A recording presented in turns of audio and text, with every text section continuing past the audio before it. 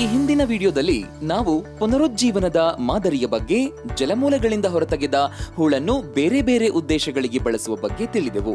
ಈ ವಿಡಿಯೋದಲ್ಲಿ ಜಲಮೂಲಗಳಿಂದ ಹೂಳನ್ನು ಹೊರತೆಗೆಯುವಲ್ಲಿ ಯಂತ್ರಗಳ ಪಾತ್ರ, ಹೂಳನ್ನು ಸಾಗಿಸುವಲ್ಲಿ ಟ್ರ್ಯಾಕ್ಟರ್ ಟ್ರಾಲಿಗಳ ಬಳಕೆ ಬಗ್ಗೆ ತಿಳಿಯೋಣ.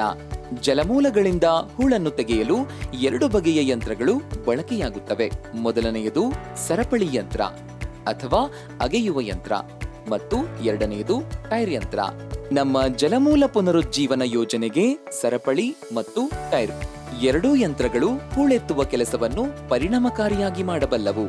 ಸಾಮರ್ಥ್ಯದ ದೃಷ್ಟಿಯಿಂದ ಸರಪಳಿ ಯಂತ್ರವು ಗಂಟೆಗೆ 90 ರಿಂದ 110 ಘನಮೀಟರ್ನಷ್ಟು ಹೂಳೆತ್ತಬಲ್ಲವಾದರೆ, ಅಗೆಯುವ ಯಂತ್ರಗಳು ಗಂಟೆಗೆ 40 ರಿಂದ 45 ಘನಮೀಟರ್ ಎತ್ತಬಲ್ಲವು. ಹೂಳೆತ್ತುವ ಕೆಲಸಕ್ಕೆ ಯಾವ ಯಂತ್ರ ಬೇಕೆಂದು ತೀರ್ಮಾನಿಸಲು 3 ಅಂಶಗಳನ್ನು ಪರಿಗಣಿಸಬೇಕು. ಹೂಳನ್ನು ಗಾಡಿಗೆ ತುಂಬಲು ಎಷ್ಟು ಜನರನ್ನು ಸಿದ್ಧ ಮಾಡಿದ್ದೇವೆ? ಸಾಮಾನ್ಯವಾಗಿ ಜಲಮೂಲಗಳಿಂದ ಹೂಳನ್ನು ತೆಗೆಯಲು ಟೈರ್ ಯಂತ್ರ ಬಳಸುವಾಗ ಗಂಟೆಗೆ ಅಂದಾಜು 14 ರಿಂದ 16 ಟ್ರಾಲಿಗಳು ಸರದಿಯಲ್ಲಿರುತ್ತವೆ. ಇನ್ನು ಸರಪಳಿ ಯಂತ್ರದ ಸಾಮರ್ಥ್ಯ ಬಹಳ ಹೆಚ್ಚಿನದ್ದಾಗಿರುವುದರಿಂದ ತುಂಬಾ ಹೆಚ್ಚಿನ ಸಂಖ್ಯೆಯಲ್ಲಿ ಜನರನ್ನು ಟ್ರ್ಯಾಕ್ಟರ್ಗಳನ್ನು ಹೊಂದಿಸಲು ಸಾಧ್ಯವಾದರೆ ಮಾತ್ರ ಇದು ಪರಿಣಾಮಕಾರಿಯಾಗಿರುತ್ತದೆ. ಭೂಪ್ರದೇಶ, ಭೂಲಕ್ಷಣ. ಉದಾಹರಣೆಗೆ ಟೈರ್ ಯಂತ್ರವನ್ನು ಸಾಮಾನ್ಯವಾಗಿ ಎಲ್ಲಾ ಸಂದರ್ಭದಲ್ಲೂ ಬಳಸಬಹುದು. ಆದರೆ ಸರಪಳಿ ಯಂತ್ರಗಳು ಹೂಳುಗಟ್ಟಿಯಾಗಿದ್ದು, ಕಲ್ಲಾಗಿದ್ದು ಅಗೆಯಲು ಕಷ್ಟ ಇದ್ದಾಗ ಮಾತ್ರ ಉಪಯುಕ್ತ. ಬಾಡಿಗೆ ದರದಲ್ಲಿ ವ್ಯತ್ಯಾಸ.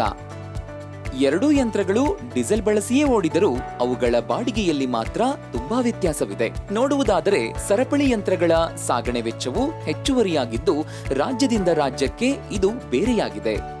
ಸರಳವಾಗಿ ಹೇಳಬೇಕೆಂದರೆ ಹೂಳನ್ನು ಎತ್ತಲು ಆಯಾ ಪ್ರದೇಶಗಳಿಗೆ ಅನುಗುಣವಾಗಿ ಟೈರ್ ಮತ್ತು ಸರಪಳಿ ಯಂತ್ರಗಳೆರಡನ್ನೂ ಬಳಸಬಹುದಾಗಿದೆ.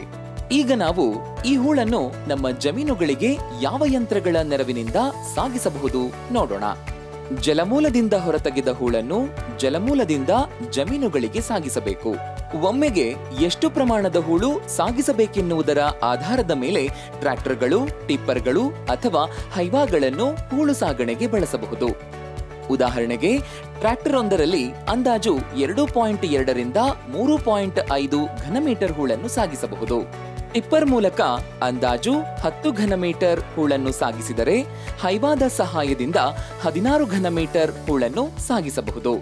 ಗೆಳೆಯರೇ, ಈ ಮೂಲಕ ನಾವು ಜಲಮೂಲಗಳಿಂದ ಹೂಳನ್ನು ವಿವಿಧ ಯಂತ್ರಗಳ ನೆರವಿನಿಂದ ಪರಿಣಾಮಕಾರಿಯಾಗಿ ನಮ್ಮ ಜಮೀನುಗಳಿಗೆ ಸಾಗಿಸಬಹುದು.